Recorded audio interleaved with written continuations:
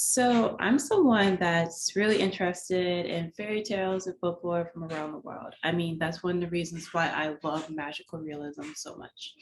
So whenever I had to write about William Butler Yeats for a class, I really wanted to take a look at the folklore that Yeats really uses in much of his poems and nonfiction works. And I wanted to take it from a different approach than like other scholars had. But I really want to see how like the magical elements that we see in folklore translate to his poems. And we see this especially in his early poems. And that leads us to this essay.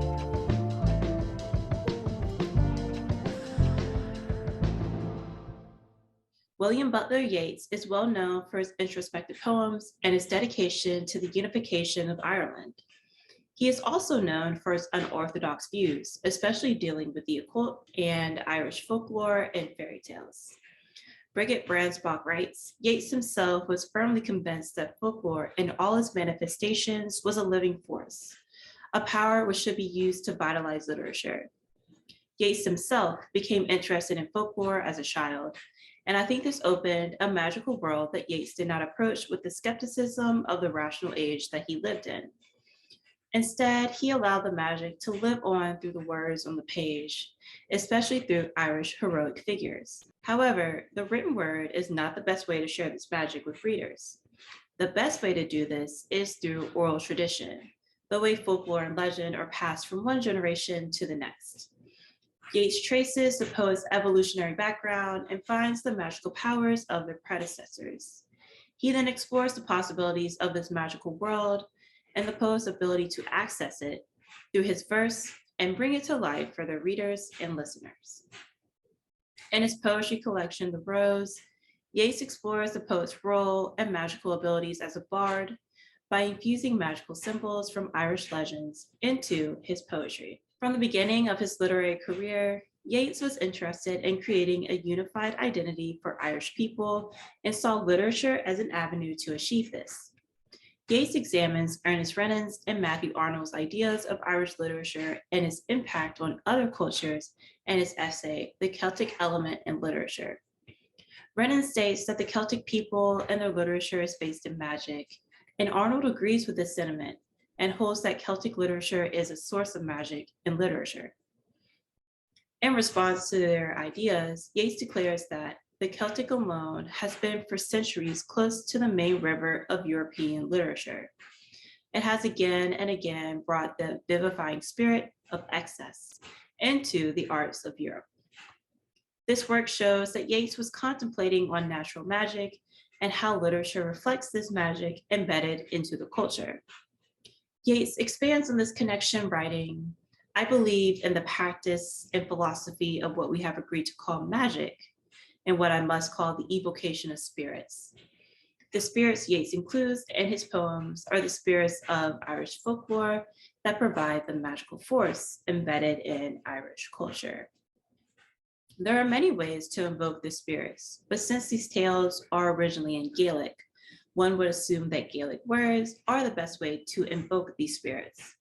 However, symbols that are inspired by the spirits or capture the essence of these words can prove just as powerful as Yeats proves in his poems. Yeats acknowledges this power, writing that this great mind and great memory, which is the single mind that connects all people, can be evoked by symbols. This idea may explain the highly symbolic nature of Yeats's poems and his focus on certain symbols such as the rose, beauty, nature-related symbols, and ancient Irish heroes. C.C.W. Quinn declares that Yeats merely dived into the Gaelic jungle, grabbed a few stones from the ruins, and built them into his eclectic theosophic temple. This is not a glowing view of Yeats's symbols, but these symbols are powerful in part because of the images they create for the reader or listener. Therefore, the symbols inspired by Irish folklore prove more effective for Yeats's endeavors to vivify the magic of Irish folklore for his contemporary readers. I believe these two essays show the connection between Irish folklore and magic, And we can find the same connection in ancient Ireland and the bardic tradition. Because Homer is one of the most well-known bards in the literary tradition, it is easy to see the bardic tradition as something that is closely related with ancient Greece and is therefore archaic. However, I learned in my research that the word bard, originating from the ancient Celtic word bardos, is still used today in modern day Celtic nations, such as Ireland. The word was first standardized in 16th century Scotland, a Celtic nation, but it was used as an insult. The idea of the bard or the bardic poet was not viewed in a positive light until the influence of English writers and ancient Greek thought. The Oxford English Dictionary defines a bard as an ancient Celtic order of minstrel poets whose primary function appears to have been to compose and sing, usually to the harp, verses celebrating the achievements of chiefs and warriors, and who committed to verse historical and traditional facts, religious precepts, laws, genealogies, etc. The use of the word minstrel emphasizes the negative view of the bard. The bard was seen more as a fool than an upstanding member of society. Therefore, it is easy to assume that the bard evolved from a court joker or a similar figure in ancient Ireland. However, bardic poets can trace their origins to the Druids of the ancient world. The OED defines a Druid as one of an order of men among the ancient Celts of Gaul and Britain who, according to Kaiser, were priests or religious ministers and teachers, but who figure in native Irish and Welsh legend as magicians, sorcerers, soothsayers, and the like. From this definition, we can see the prestigious position Druids held in their societies, and people, especially those with political and societal power, went to the Druids for advice. Druids were attuned to the natural world and the occult because their profession calls for a deep understanding of the stars, Celtic deities, and other supernatural creatures so that they can be successful sorcerers and soothsayers. Therefore, they connected Irish folklore and legend to magic.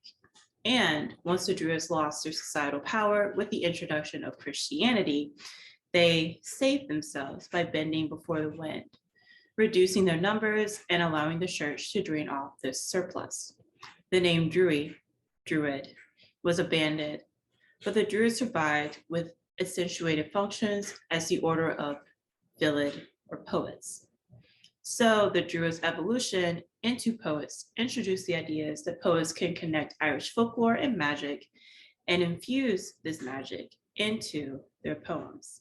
Even though the Druids had to change their function in society, they still retained their magical inclinations and connection to ancient folklore. James Carney notes that Irish bards, being an origin of a priest or something akin to a priest, were protected in their societies, and strange occurrences happened when a bardic poet died. The annals sometimes recorded that the deed was followed by a furic villid, or a poet's miracle, whereby divine retribution was exacted from the perpetrators.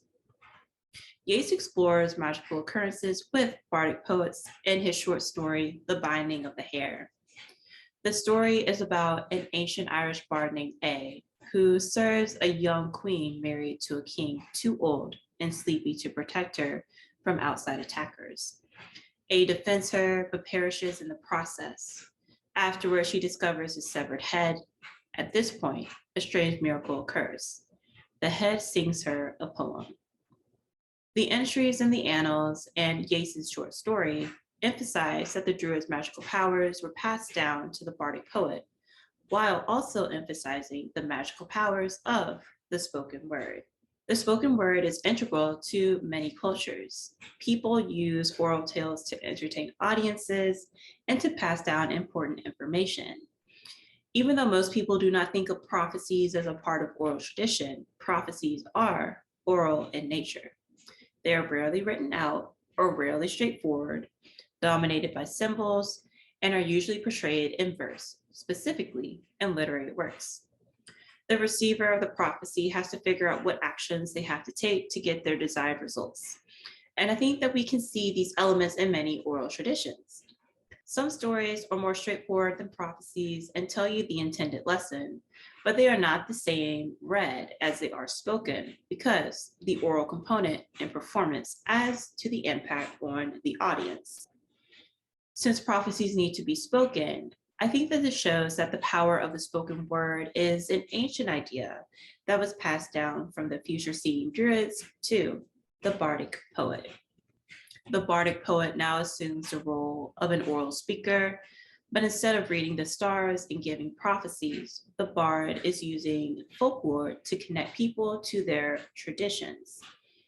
Like spoken prophecies, the power of the spoken word is hallmark in Yeats's poetry, and the bard can bring the ancient world to life through stories. Ambrose Aaron Monge believes that Yeats saw himself as the modern bard trying to rebuild a spiritual culture and restore its traditions for his nation through his poetry. Monge also states that Yeats felt strongly that the people of the past were more receptive to spiritual values because their lives were nourished by dreams and faith. And he laments the fact that modern man lost his spiritual identity because he has stopped dreaming and imagining.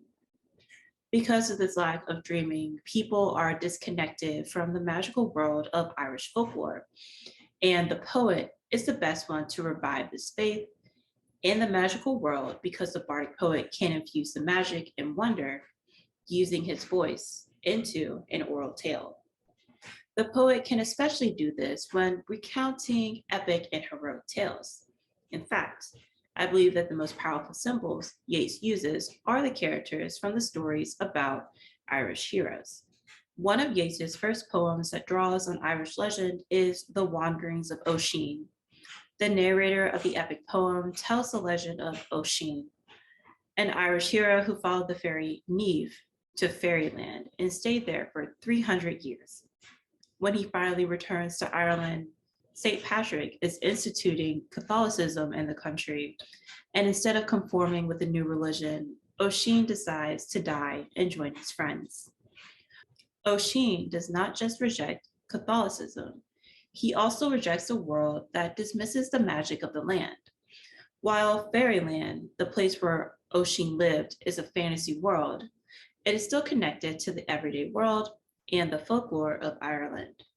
Therefore, the introduction of a religion that goes against this magic removes people from their culture and the connection to Fairyland. However, Fairyland is not somewhere that people live. It is a place for dreams. Bjorn Sundmark describes Fairyland as a liminal space, neither good nor bad, but certainly dangerous, at the heart of the creative spark, close to death and God itself, a creative source rather than a genre of storytelling. This is why Yeats refers to stories as dreams.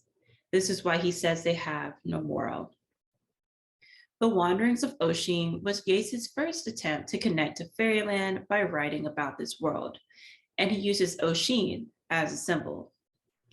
I believe that this poem bolstered his interest in symbols and using them for magical purposes. David Holdeman agrees, writing, "Eventually, he came to believe that symbols could instill poems with powers like those of magical incantations, powers that brought both poet and reader into contact with the universal spirit. Unlike rationally defined allegorical emblems, they called up mysterious implications that could not be pinned down. They inspired dreams and reveries." Knowing the introspective and imaginative nature of poetry, one would think that bardic poets would long to enter Fairyland in order to become inspired by the stories there. And many of Yeats's speakers try to use their words to transport themselves to Fairyland in the hopes that it deepens their connection to ancient Ireland. The speaker of "To the Rose upon the Rood of Time" is dissatisfied with his life in the modern world and believes that the legends of ancient Ireland will provide a solution. The features of the poem's structure and content, especially in the first stanza, follow the tenets of oral tradition. Therefore, I believe that the speaker is a bardic poet. The poem is in iambic pentameter and is organized into rhyming couplets, which is known as the heroic couplet. This form makes it easier to remember the poem because of the rhythm and rhymes, and the speaker includes musical alliterations such as battling with the bitter tide and silver sandaled on the sea, which further helps with memorization. A memorable story is vital for the continuing of oral tradition, and the subject matter definitely fits what many bardic poets discuss: heroic tales. Mong describes these stories as full of powerful barbarism, violence, primitive energy, and conflict. The continuous trials, battles, and heroic tests give us a sense of renewal and perpetual youth.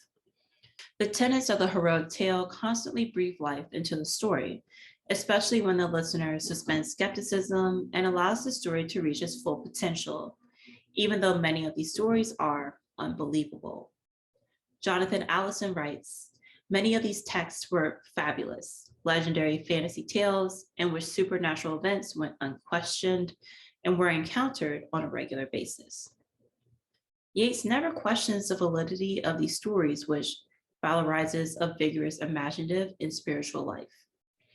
Skepticism would taint the spell, and the reader sees through the speaker's characterization of the heroes that he believes these stories and the power that they hold.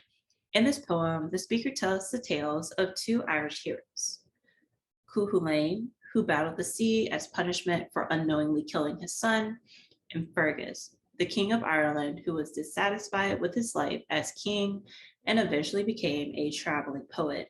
Even though the speaker focuses on the struggles of these heroes, Mong believes that Yeats's heroic figure has the qualities of mind and spirit in the bardic tradition: generosity and courtesy, courage and leadership, worldliness and vision. While readers do not learn the entirety of these tales, readers can see that these heroes are not just broad, even though Cuchulainn's plight fits better with the classic heroic tale. I think that this makes them a better conduit into Fairyland because they can arouse many sources of inspiration for a poet, just like they do for the speaker. I believe that there are two reasons why the speaker recounts these stories. The first reason is to illustrate the frustration the speaker feels with the conditions of his world and the cycles that he finds himself trapped in, fueled by the heavy mortal hopes. So the heroes become a symbol that represents the speaker. The second reason is to allow the speaker an opportunity to access his powers as a bardic poet to transport himself into Fairyland. Dante notes, for Yeats, the spoken word conveyed personality and passion, and that his interest in oral literature, in particular his preference for the ever-altering oral dimensions of legends, encouraged such an emphasis on the oral nature of experience in his writings. Therefore, this passion could give the bardic poet the ability to conjure different things using the hero's stories. Like any spell, the words must be said with conviction in order to be powerful. And I think that one can argue that retelling the stories of ancient Ireland can imbue the poet with conviction and passion. I believe that readers can feel the passion in the speaker's plea for ancient Ireland to come near, and he is using the old legends and heroes to inspire his passionate words in order to access Fairyland, a place where he feels he can escape the common things that crave. From the speaker's perspective, Fairyland is a place where all troubles are dissipated.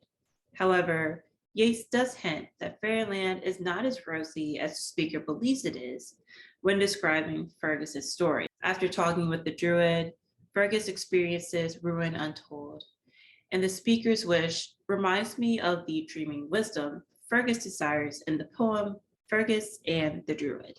In this poem, the narrator recounts the tale of Fergus and his decision to renounce his throne.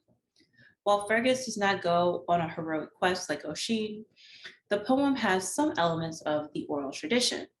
The poem is in iambic pentameter, but the lines do not rhyme in each stanza. Still, the rhythm is musical, and the druid in the poem repeats, "What would you, king of the proud red branched kings?" which acts as a type of refrain, making the poem easier to remember. And as with all folklore, The story requires the audience to forego any common sense or rationalism. Fergus follows the druid around and watches him change from a raven to a weasel and finally to a human. The reader can already tell that the druid is not someone fully of the normal everyday world. And since the druid's human form is a thin gray man, half lost in gathering night, readers know that the druid is not the image of vitality. Even after seeing the druid's feeble human form, Fergus still tells the druid that he would no more be a king, but learn the dreaming wisdom that is yours. The druid warns Fergus of the consequences, replying, "Look on my thin gray hair and hollow cheeks, and on these hands that may not lift the sword, this body trembling like a windblown reed. No maiden loves me, no man seeks my help, because I be not of the things I dream." Knowing Yeats' ideas on folklore, we can assume that the things the druid dreams of are Irish folklore, legend, and fairy tales, which implies that the folklore is the source of the druid's wisdom. From a general knowledge of druids, we know that they were scholars and magicians, something like an ancient Faustian figure. Therefore, the druid would not need to fight because he was protected by his position. So, Yeats' contemporaries would not expect for the druid to embark on quests like the ancient heroes and expect him to not be of the things I dream. Therefore, the druid could be weak, old, and gone, and it would fit with a picture of a druid. However, I believe that the druid's role as a magician affects his appearance more than his lack of sword fighting and training. I believe that we can argue that magicians occupy a liminal space. They are physically in the everyday world, but they are a part of the occult world that is not always accessible to everyday people. The druids occupy a similar space, except the occult world is filled with Irish legends. So they are in Fairyland. Fairyland is filled with the dreams of the ancient Irish world, and from these dreams, druid and other occult adjacent beings can interpret them and gain wisdom. Like the bardic poet and his listeners, druids of the ancient world would suspend all skepticism of the stories of the heroes. Therefore, the speaker of To the Rose does not want to attain something that is impossible. Like the druid, he suspends skepticism to give an impassioned account of two heroic figures while begging ancient Ireland to come back to him. Accessing Fairyland is possible, and the druid proves that the bardic poet has the ancestry to. Accessing Fairyland is possible, and the druid proves that the bardic poet has the ancestry to do so. However, being in Fairyland does not seem to bring the druid any comfort. Instead, the druid seems to be in pain and does not seem to be free to make his own decisions. After Fergus still insists on gaining the dreaming wisdom, the druid replies, "Take, if you must, this little bag of dreams. Unloose the cord, and they will wrap you round." From his response, the readers can infer that the druid is not in charge of the dreams and is instead being controlled by the dreams. The druid uses the symbols of the Irish heroes to gain knowledge, but ends up suffering instead. So the druid becomes a powerful symbol of painful dilemmas and a representation of the bardic poet. The druid shows readers the dangers of Fairyland and how it can deteriorate the body. Therefore, the bardic poet is caught in a dilemma. In order to be powerful and influential poets, they need to use the connections to Irish folklore because it brings life to the work. However, accessing their magical potential and entering Fairyland can prove to be dangerous and almost deadly, causing the poet ruin untold. These two poems give readers an interesting view of Fairyland and Yeats' relationship with folklore and magic. Even when he was passionate about the project, he acknowledges the dangers that come from devoting one's life to the tenets of folklore through the druid story. In his last years, Yeats seems to think that his endeavors were useless. In his poem, The Circus Animal's Desertion, the speaker says, "It was a dream itself enchanted me, character isolated by a deed to engross the present and dominate memory." This is not a flattering picture of his life's work or his interest in Celtic magic. However, I think we can see Yeats as the speakers of most of his poems, but especially his earlier poems like To the Rose and Fergus and the Druid. The Druid warns Fergus of the dangers of the dreams he seeks, and I believe that Yeats experiences these same dangers when committing himself to Irish folklore. Yeats was not transformed into a different person, no matter how hard he tried, and he was not of the things I dream. He did not become an Irish hero. Instead, Yeats was in Fairyland, a liminal space that inspired his poetry, but he did not find any peace in this world. Even though CCW Quinn is critical of Yeats's folklore works, he does admit that Yeats was able to turn the Celtic rubbish heap or graveyard into a place of resurrection. I believe that Yeats was able to revive the bardic poet's magic by using symbols based in folklore figures. And in doing so, he was able to broadcast the magic of Ireland's folklore for readers around the world. So Yeats was enchanted by the dream itself, but the audience, especially when listening to his poems, are enchanted just the same. Hey y'all, I hope you enjoyed watching the video. If you enjoyed learning about William Butler Yeats and Fairyland and Irish folklore and all the other things that I covered today, you can check his other poems. I specifically focused on his early poems because that's where we see most of the Irish folklore stuff happening, but we can see it kind of throughout his work. As he gets older, I'm pretty sure he was on some type of drug, like not lying. He delves into a lot of really, really weird stuff. So if you're like interested in like a really interesting but also very complicated view of the world and the occult, you can check out his later things as well. He has a lot of poems and he was very influential during his time for other modern poets. If you enjoyed watching this video, make sure to like and subscribe. I will be posting videos every other week because I am starting my job as a professor, so I need like more time to plan. And I don't have as much time for these videos, even though I love doing them. Anyways, I will see y'all in the next one. Bye.